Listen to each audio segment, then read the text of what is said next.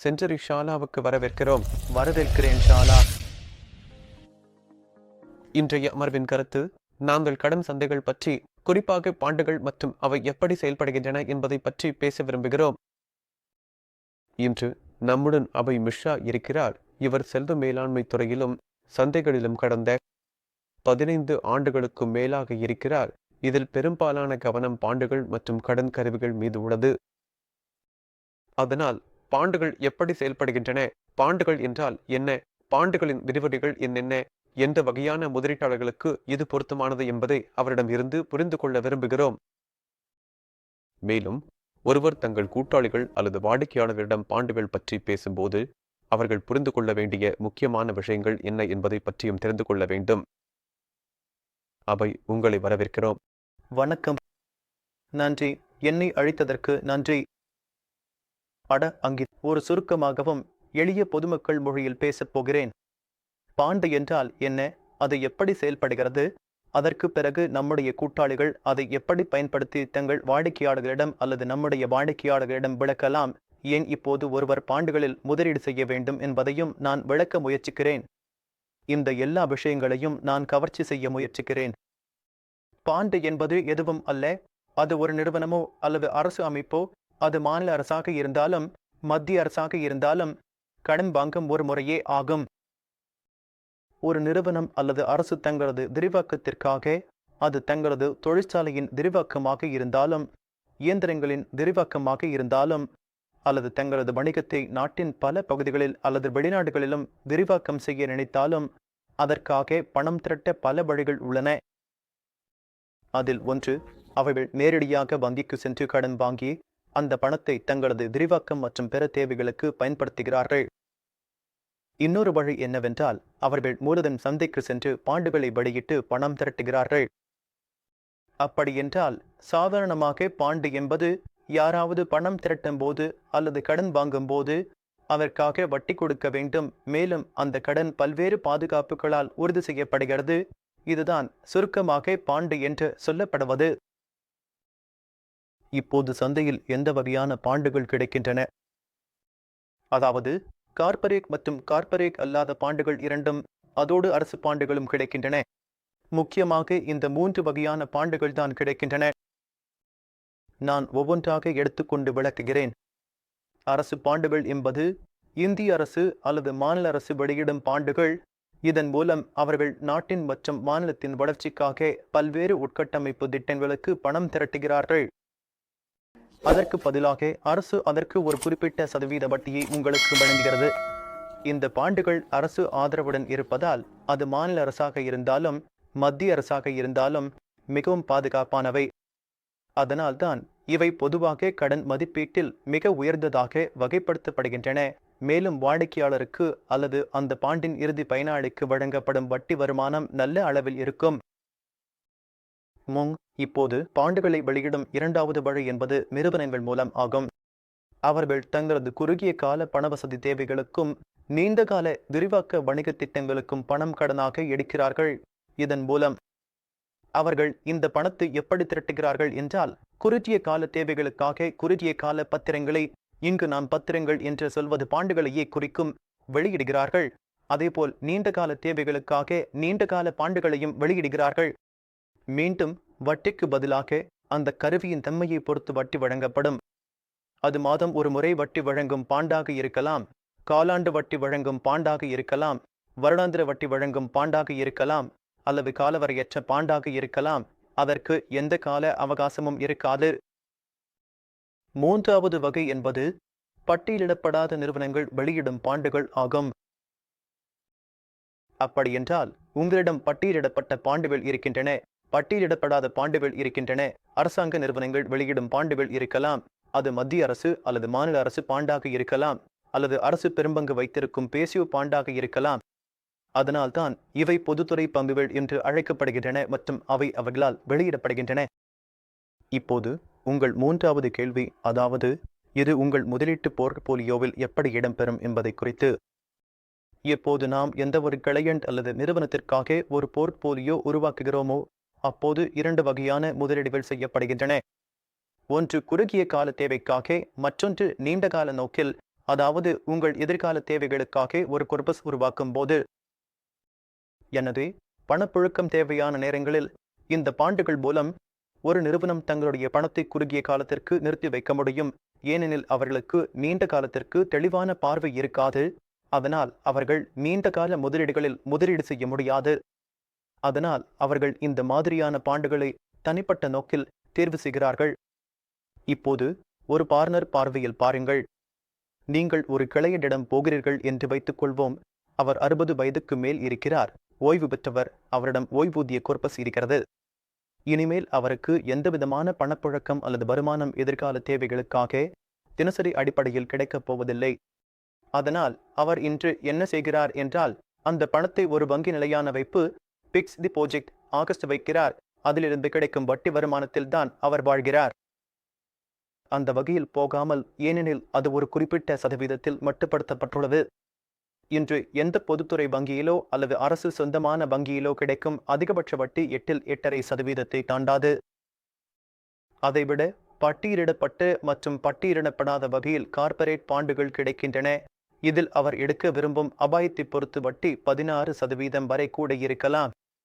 அல்லது மிதமான நிலையில் 9% முதல் 12% வரை வட்டி தரும் பாண்டுகள் பாண்டு மார்க்கெட்டில் கிடைக்கின்றன. இது அவர்களின் தினசரி தேவைகளுக்கு தேவையான வட்டி வருமானத்தை வழங்கும். அதனால் இது ஒரு வகை. இதில் பார்னர்கள் இந்த கிளையன்களிடம் சென்று இதை பரிந்துரைக்கலாம். இரண்டாவது, நீங்கள் எல்லாவற்றையும் ஒரே சொத்து வகையில் நிறுத்தினால்.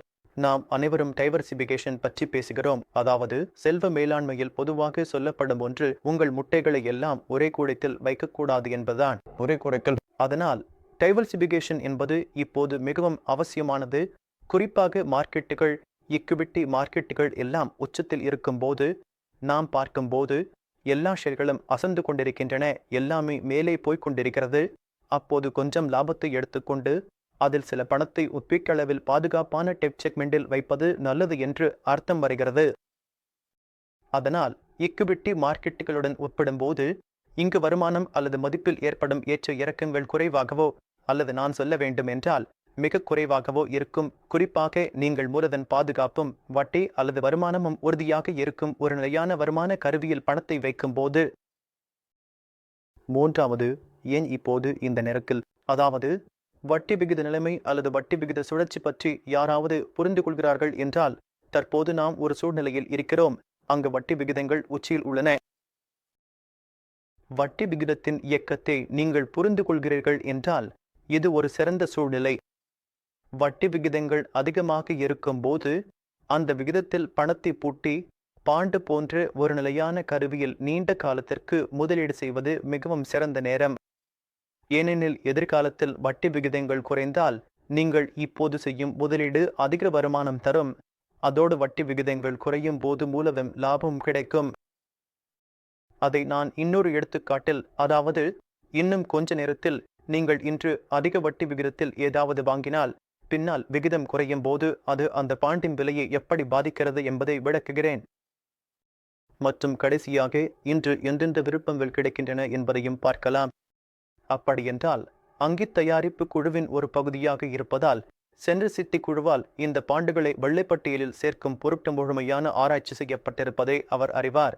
அந்த பாண்டுகள் தான் இந்த தடத்தில் கிடைக்கின்றன.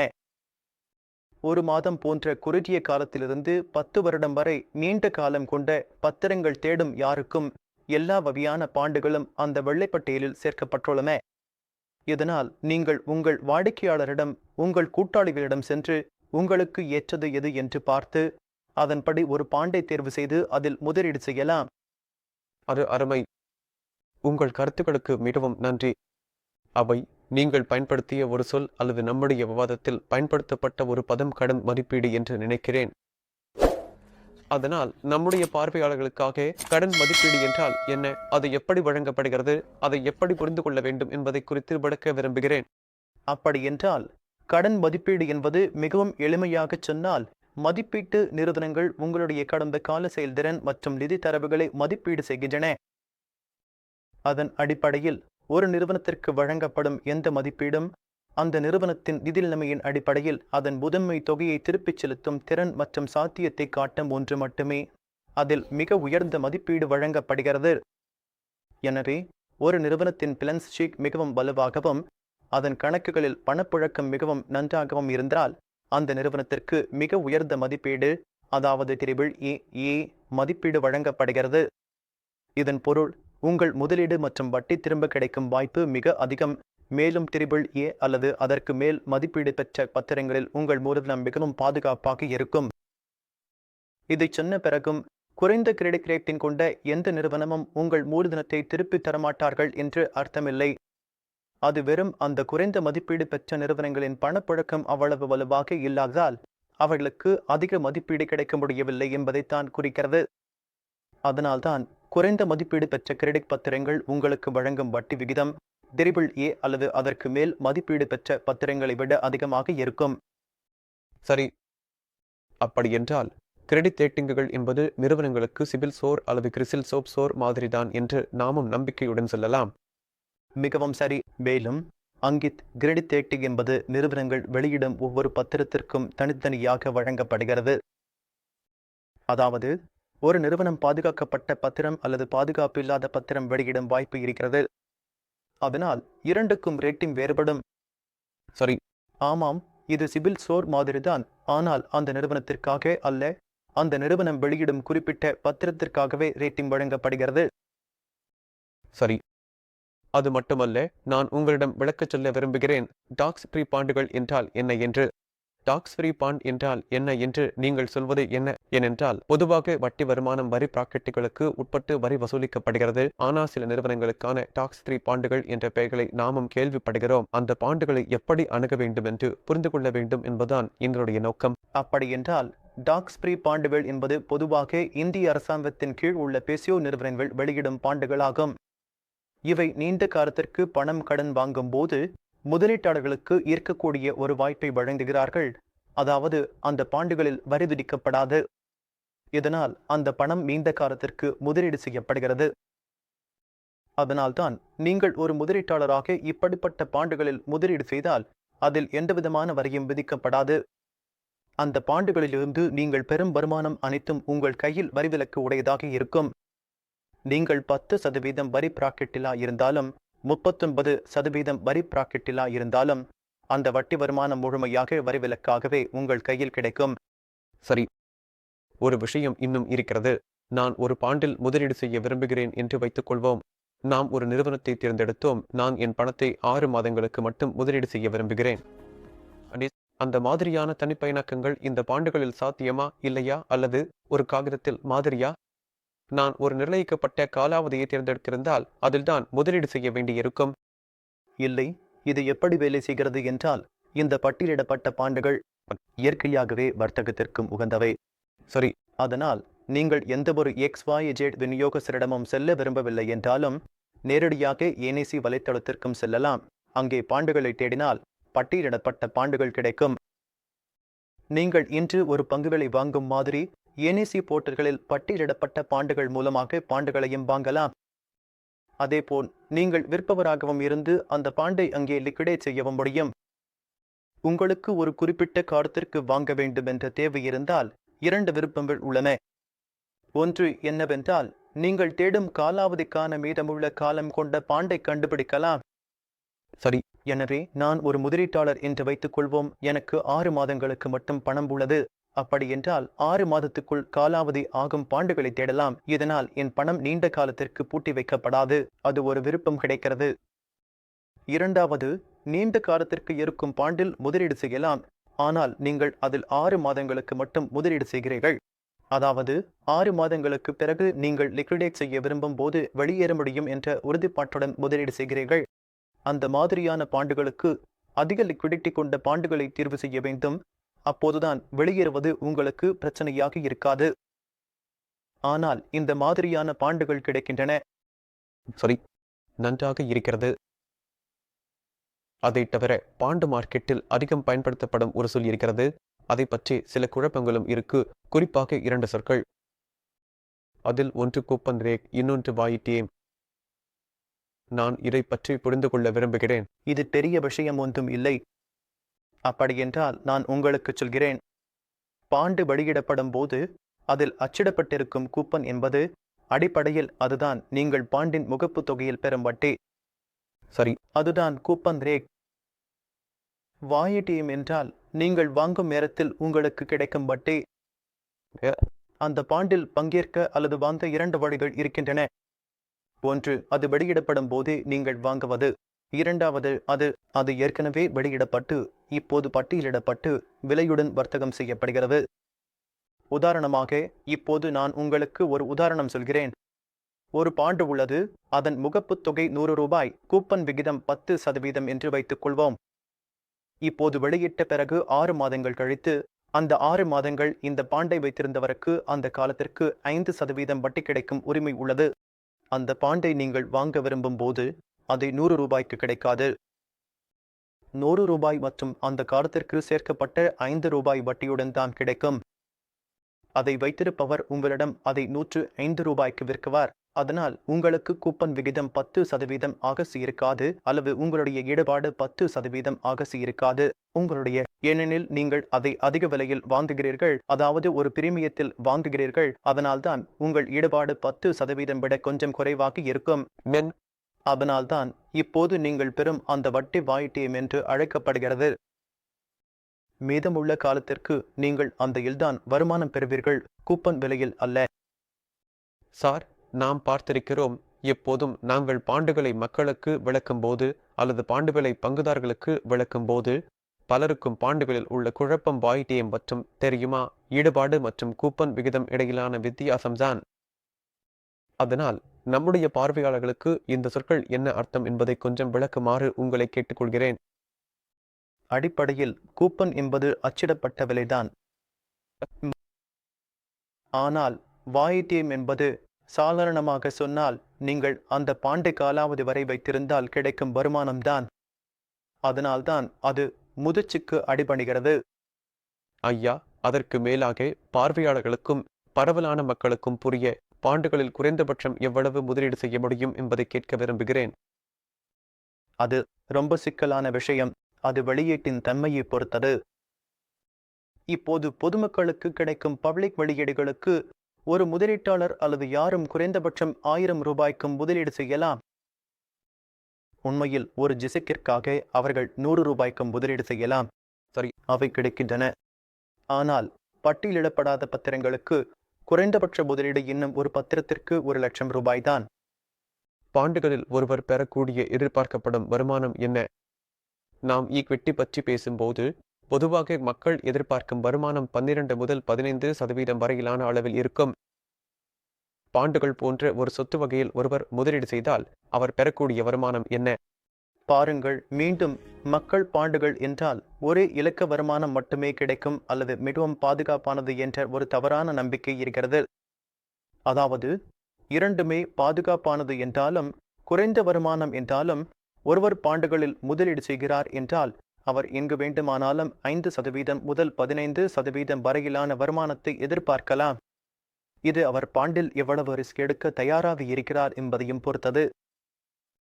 உயர் ரிஸ்க் கொண்ட பாண்டு முதலீடு மற்றும் ஈக்விட்டி முதலீட்டுக்கு இடையிலான ஒரே வித்தியாசம் என்னவென்றால் பாண்டில் வருமானம் உறுதியாக இருக்கும். அதாவது நீங்கள் பாண்டில் முதலீடு செய்யும் நாளிலிருந்தே அது டேட்டட் டிரிபிள் ஏ ஆகஸ்ட் இருந்தாலும் டிரிபிள் பி ஆகஸ்ட் இருந்தாலும் நீங்கள் எந்த அளவுக்கு வருமானம் எதிர்பார்க்க வேண்டும் என்று தெரியும். அது முதல் நாளிலிருந்தே நிர்ணயிக்கப்பட்டிருக்கும். ஆனால் ஈக்விட்டியில் வருமானம் முன்பே நிர்ணயிக்கப்படவில்லை. அதனால் அது மாறக்கூடும். ஆனால் ஈக்விட்டியில் வருமானத்திற்கு உறுதி இல்லை. ஆனால் பாண்டில் அது நிரந்தரமாக இருக்கும். உங்களும் நானும் 12% பாண்டோ அல்லது 15% பாண்டோ வைத்திருக்க முடியும். அது அந்த பாண்டின் ரேட்டிங் வகை அல்லது அவருக்கு ஏற்ற கிரெடிட் நிலைமைக்கு உட்பட்டது.